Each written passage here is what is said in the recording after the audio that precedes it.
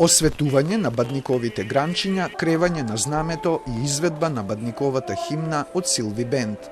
Вака, пред соборниот храм, започна прославата на празникот Бадник, кој во христијанската традиција ја символизира радоста на верниците за Христовото раѓање Божик.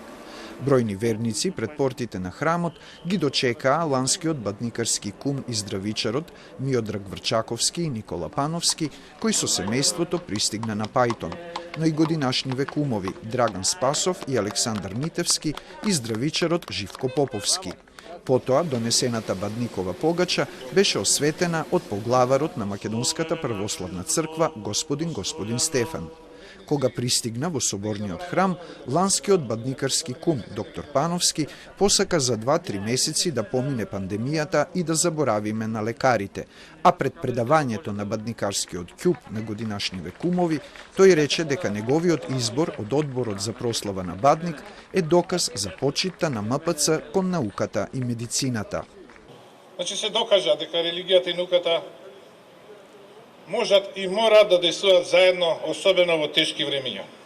Но дел од верниците кои ги анкетиравме најавија дека за овој празник ќе се причестат и дека не се плашат од пандемијата со користењето иста лажичка. Дали ќе се причестите година? Да. Не се плашите заради короната од едно лажиче? Па не, Не се плашите. дефинитивно не.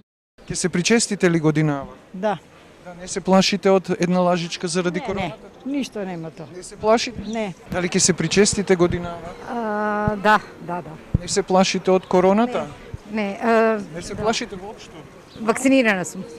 Годинашниот состав од бадникарски кумови и здравичар дава надеж за победа на пандемијата, рече кумот Дац.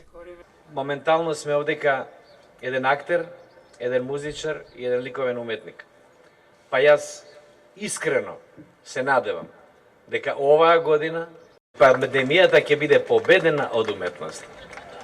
Здравје, среќа, љубов и сплотеност се желбите на граѓаните во пресрет на утрешниот празник Божик, а денешниот Бадник традиционално беше прославен по 29 пат.